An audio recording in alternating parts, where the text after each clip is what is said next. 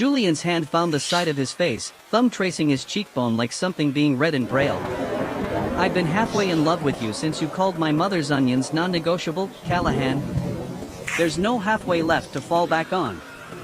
The kiss, when it came, wasn't planned, wasn't performed for anyone, wasn't the kind of scene either of them would have written if they'd had time to think about it.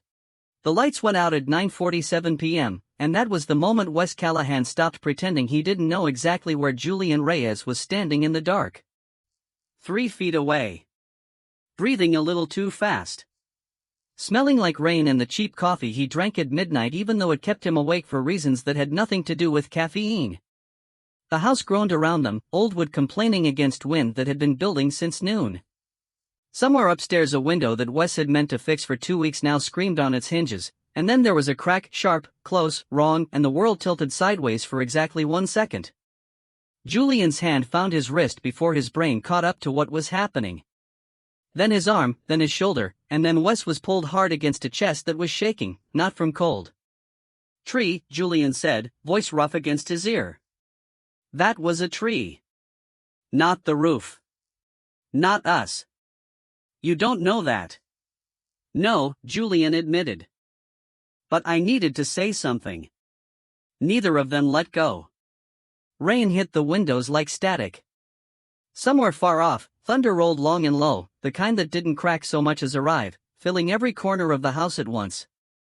Wes could feel Julian's heartbeat against his own back, fast and uneven, and he thought, absurdly, that he had lived in this house for 4 months and never once let himself notice how it felt to be touched by someone who wasn't in a hurry to stop. "You can let go," Wes said. It came out smaller than he meant it to. "I know." He didn't. Neither did Wes. 4 months earlier, Wes Callahan had arrived in Amberlin Cove with a truck full of tools, a folder of blueprints, and exactly enough money saved to last him through the winter if nothing went wrong. Something always went wrong. He'd learned that early, moving every 18 months as a kid, his father's job dragging their family from one gray-based town to the next until Wes stopped bothering to memorize street names. He'd learned instead to memorize exits. Floor plans. The fastest way out of any room. He was 31 now, restoring buildings for a living, which his old therapist had once called poetic and Wes had called just a job. He didn't disagree with her, exactly. He just didn't like being seen that clearly by someone he was paying to see him. The cottage was the reason he'd come. A lighthouse keeper's house on the northern point, condemned for a decade, slated for either restoration or demolition depending on which county official won the argument that month. Wes had been hired to make the case for saving it to prove, board by board, that the bones underneath the rot were still good. He hadn't told anyone in Amberlin Cove that his grandfather had kept that lighthouse for 11 years, back before Wes was born, back before the family scattered like something spilled. He hadn't decided yet if it was a coincidence he was going to keep or a secret he was going to bury. The room share ad had said, quiet house, ocean view, 1 roommate, radio host, night owl, non-negotiable coffee habit. Wes had answered it because it was the cheapest place within 20 minutes of the point, not because of the photo of a laughing man leaning against a porch rail like he owned the whole horizon. He told himself that, anyway. Julian Reyes opened the door on moving day wearing a shirt 3 sizes too big and an expression like he'd already decided they were going to be friends whether Wes liked it or not. "You're smaller than your truck," Julian said, by way of hello. "That's not an insult I've heard before. Give it time." Julian grinned and stepped back to let him in. "I work nights. I talk to strangers on the radio from midnight to 4 for a living, which means I sleep like garbage and I make too much noise when I'm awake." Fair warning. Noted. You don't talk much. You'll get used to it. Julian had laughed then, a real laugh, surprised out of him, and something about the sound of it, unguarded, a little too loud for the hallway, had lodged itself somewhere in Wes's chest before he could stop it. He blamed the move. The exhaustion. The ocean air. He did not, in that moment, think about how long it would take him to learn the particular rhythm of Julian's footsteps on the stairs, the way he hummed without noticing when he made coffee, the way he left his shoes in the same wrong place by the door every single day like a small, stubborn act of rebellion against a house that wasn't really his either. He did not think, yet, that he would come to know these things by heart. Julian Reyes had a rule, and the rule was this: never let anyone stay long enough to ask about the voicemail. It sat in his phone, unheard, 3 years old. A little red icon he'd learned to look past the way you learn to walk around a piece of furniture in the dark. His brother Marco's name above it. 14 seconds long. Left the night before the accident, back when Julian had let it go to voicemail because he was mid-broadcast and Marco always called at the worst times, and Julian had thought, I'll call him back after the show, the way you think 100 ordinary thoughts a day without knowing one of them is about to become the last thing you never did. He hadn't called back. He hadn't listened, either. Not once. Because as long as it stayed unheard, some small, illogical part of him got to believe Marco was still just busy. Unreachable. Not gone. Julian talked for a living because it was easier than sitting in silence with what he actually felt. For hours a night, strangers calling in with their heartbreaks and their 2 a.m. confessions, and Julian gave every one of them his full, warm attention, because it was so much simpler to hold someone else's grief than his own. He noticed Wes the way you notice weather changing gradually, then all at once. The quiet ones always undid him. Loud people were easy, you could perform for them, and the performance filled the space where real conversation might otherwise go. But Wes just watched, steady and unreadable, like he was reading blueprints instead of a person, and Julian found himself wanting, badly, to know what Wes saw when he looked at him like that. By the second week, Julian had started timing his own dinner whenever Wes came home covered in old plaster dust, just so there'd be an excuse to talk. By the third week, he'd stopped pretending to himself that it was only an excuse. They fell into a rhythm without discussing it, the way two people do when neither wants to name the thing that's happening. Wes came home at 6. Showered off a day's worth of a 100-year-old building, and found dinner half-made because Julian, despite loudly insisting he couldn't cook, was in fact a decent cook who simply enjoyed complaining about it. I hate onions, Julian announced one Tuesday, chopping 4 of them with unnecessary violence. Then don't use onions. The recipe needs onions. Whose recipe? My mother's. Don't argue with my mother's recipe, she'll know, somehow, she always knows.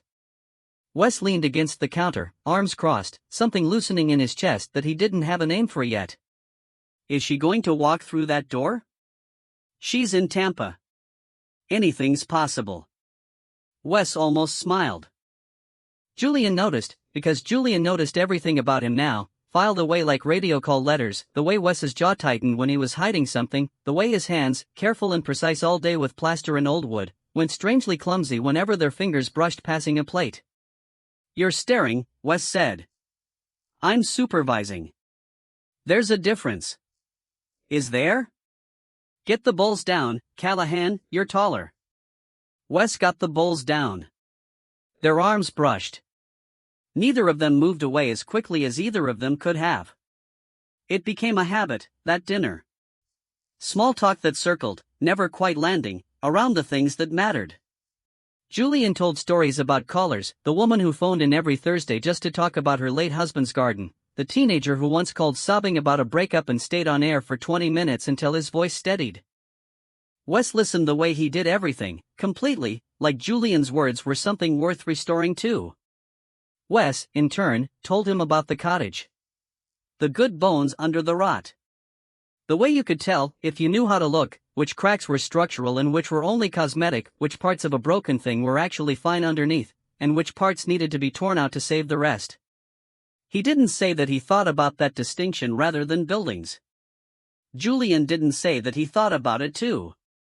The first relay came on a Thursday in October, ordinary as anything, the kind of evening that becomes important only in hindsight. Wes had come home with his knuckles split from a stubborn piece of hardware, and Julian, without being asked, had pulled the first aid kit from under the sink like he'd memorized where it lived on day one, which he had. Sit, Julian said. It's fine. Sit, or I'll make you listen to my whole Tuesday show rerun, unedited. Including the part where I mispronounced anemone for 4 straight minutes. Wes sat. Julian took his hand like it was something ordinary, unremarkable, a thing men did for each other all the time, and dabbed antiseptic across the cut with more gentleness than the situation required. His head was bent low over Wes's hand, dark hair falling forward, and Wes watched him work with an attention that had nothing to do with the wound anymore. "You're gentle," Wes said, before he could stop himself. Julian's hands stilled for exactly 1 second. "Don't tell anyone. I have a reputation for chaos to maintain. Your secret's safe." "Is it?" Julian looked up then, and something passed between them that neither one named. A held breath, a question asked without words and answered the same way, and then Julian looked back down at the bandage like it required his full attention, which it didn't. "You do this a lot," Wes said. "Take care of people. Occupational hazard. Midnight radio makes you good at it. You learn to hold space for whatever someone hands you, even if it's a mess. Even if it's yourself?" Julian's hands went still again. Longer this time. "That's different," he said quietly, and taped off the bandage, and didn't elaborate, and Wes, who understood better than most people the particular architecture of a door someone didn't want opened, let it close without pushing. But he noticed. He noticed the way Julian's easy performance had a seam in it, right there, faint as a hairline crack in an old foundation. He filed it away the way he filed away everything about this house, quietly, carefully, like something worth preserving. The town of Amberlin Cove had its own rhythms, and Wes learned them slowly through the people who wandered by the lighthouse site to watch him work. There was Nadia, who ran the bait shop and brought him coffee some mornings, always asking when the cottage would be saved like it was a person and not a building. There was old Desmond, who remembered the last keeper and told Wes stories about a man with Wes's same last name, watching him with a curiosity Wes deflected every time. "You've got his hands," Desmond said one afternoon, nodding at Wes's careful work restoring a window frame. "The last keeper. Callahan, wasn't it? You kin?" "Common name," Wes said, and changed the subject, and hated himself a little for the lie, and told himself it wasn't really a lie, it was just not yet a truth he was ready to hand to anyone. Julian came by sometimes on his way to the station, radio bag slung over one shoulder, and watched Wes work with unabashed fascination. "You could just tell people," Julian said once, after Desmond had wandered off, "that it was your grandfather's." "You heard that." "I hear everything. It's a curse." Wes ran a hand along the window frame, avoiding Julian's eyes.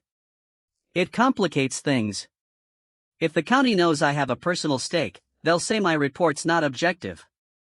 They'll bring in someone else. Someone who doesn't care whether this place stands or falls. But you care. That's the problem." Julian was quiet for a moment, watching him. "I think caring about something is supposed to be the opposite of a problem. Not in my line of work." "Maybe you're in the wrong line of work, then." Wes looked at him, really looked, the way he rarely let himself, and Julian didn't look away, and for a moment the wind off the water was the only sound in the world. "Maybe," Wes said finally, and went back to the window, and Julian let the silence hold what neither of them said, the way silence had started, more and more, to hold things between them that words hadn't caught up to yet. The storm had been building for a week before it broke, the whole town watching the forecast with the particular fatalism of people who'd survived worse. Julian did his show that night with a nervous energy he tried to disguise as excitement, telling callers to stock candles, stay off the roads, stay safe, stay warm, and underneath every word, a threat of something he didn't examine too closely, a wish that the storm might strand them together in a way that made an excuse of the weather instead of a choice. He came home at 4 a.m. to find Wes still awake, sitting by the window watching the sky go the color of a bruise. "You should sleep," Julian said. "So should you." "I never do, before a storm like this." "Old habit." Wes glanced at him. "From?" Julian hesitated. It was a small hesitation, but Wes had learned to read every one of them by now, the way you learn a language spoken mostly in silences. "My brother used to call during storms," Julian said finally. "Every time, no matter the hour. Just to make sure I wasn't driving anywhere stupid. Made me promise I'd stay put." He looked toward the dark window. "I still stay put. Even though there's nobody left to check." Wes didn't say "I'm sorry." He'd had that phrase said to him too many times, hollow and automatic, to ever want to offer it to someone else. Instead he moved over on the window seat, just enough to make room, and said nothing at all, and Julian sat down beside him like it was the easiest thing in the world. They watched the storm build together in silence until the power went out at 9:47 the following night, not that night, but the next, the storm having circled back stronger than the forecasters promised, the whole coast bracing at once. And that was when the window upstairs screamed on its hinges, and something outside cracked with a sound too close and too wrong, and Julian's hand found Wes's wrist in the dark before either of them had decided anything at all. They stood like that for a long time after the tree fell, close enough that Wes could feel Julian's pulse slow, gradually. From panic into something else. "You can let go," Wes said again, quieter this time, testing the words instead of meaning them. "I know," Julian said again. And, again, neither of them moved.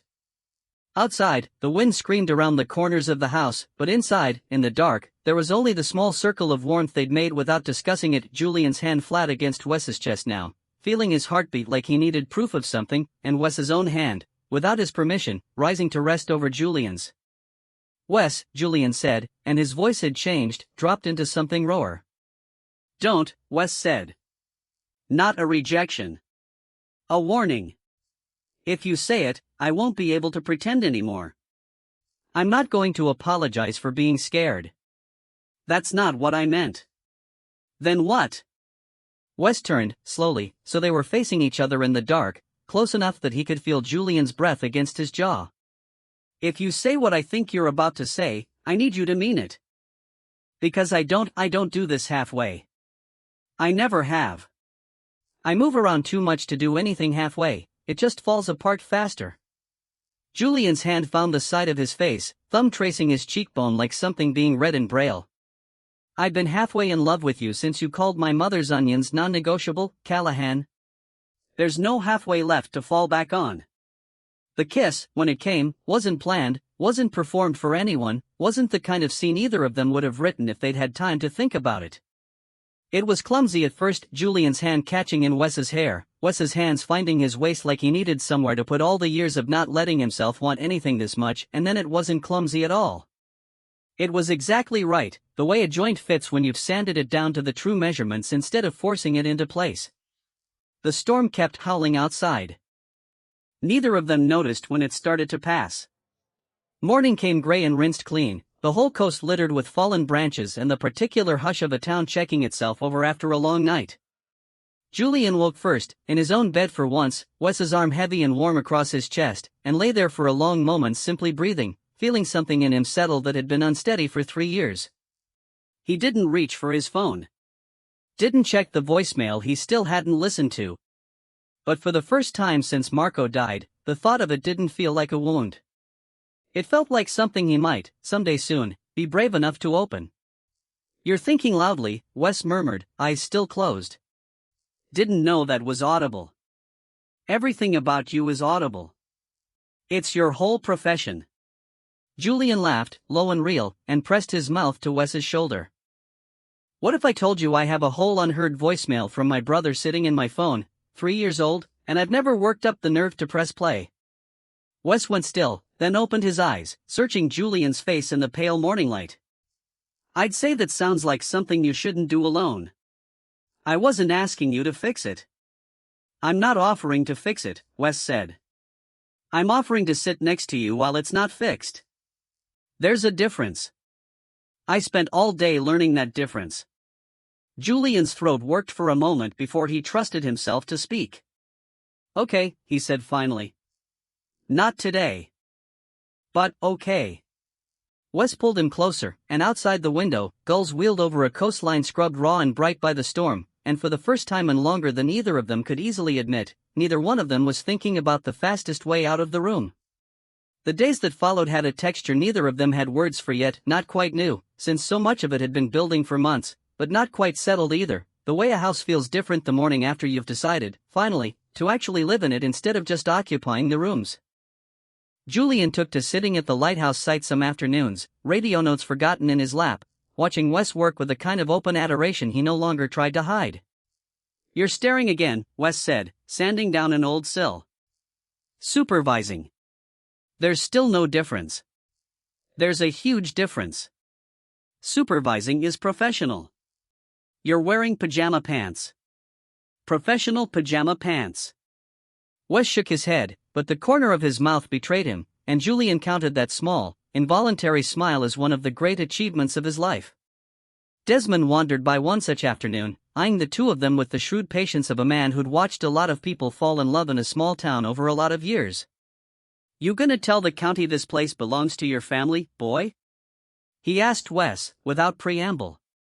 Wes glanced at Julian, who raised his eyebrows in silent encouragement. No pressure in it, just an offer.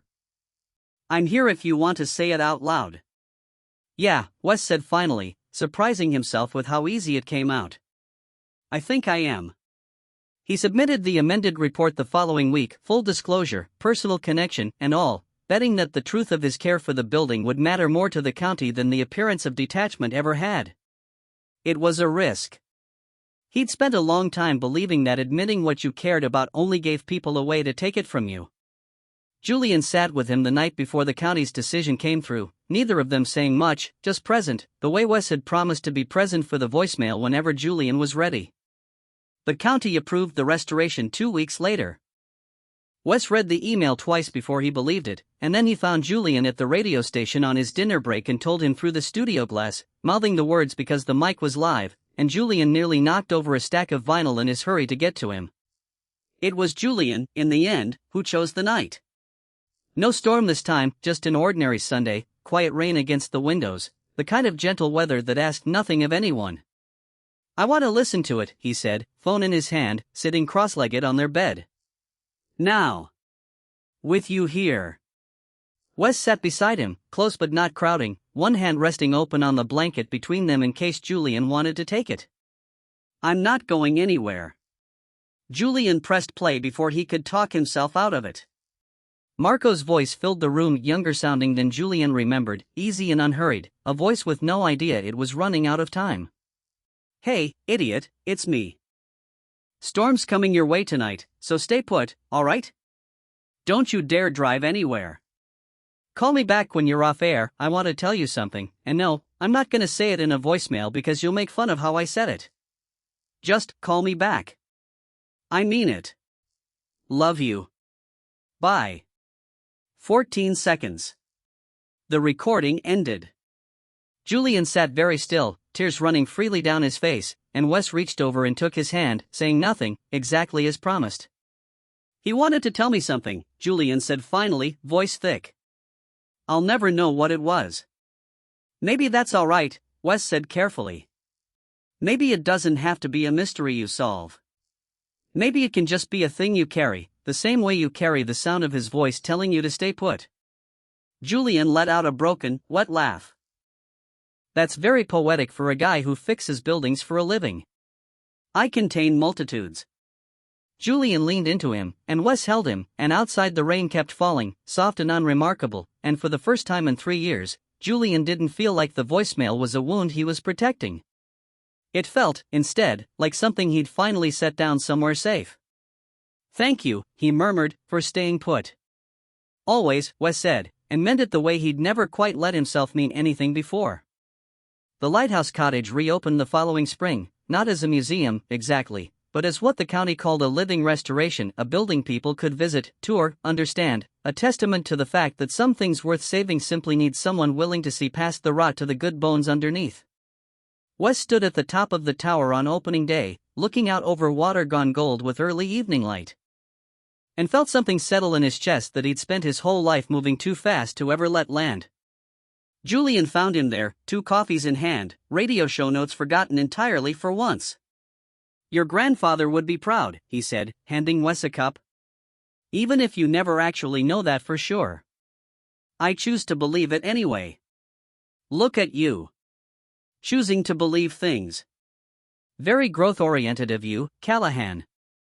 Wes bumped his shoulder against Julian's, easy now, familiar. "You're a bad influence. The best kind." They stood together at the railing where, 100 years before, another man had kept watch over the same stretch of water, waiting for ships to come home safely through the dark. Wes thought about permanence, about how he'd spent so many years believing nothing stayed, no house, no town, no person, and how here, now, he was standing in a building he'd fought to save, beside a person he'd stopped, somewhere along the way, trying to leave room to walk away from. Stay put, Julian said quietly, echoing his brother's voicemail without quite realizing he was doing it, an old warning transformed, now, into something closer to a vow. Wes laced their fingers together on the railing, coffee cooling, forgotten, the whole gold evening opening up in front of them like a door finally, gently, closed against the wind. "I'm not going anywhere," he said. And for the first time in his life, he actually believed it. The end.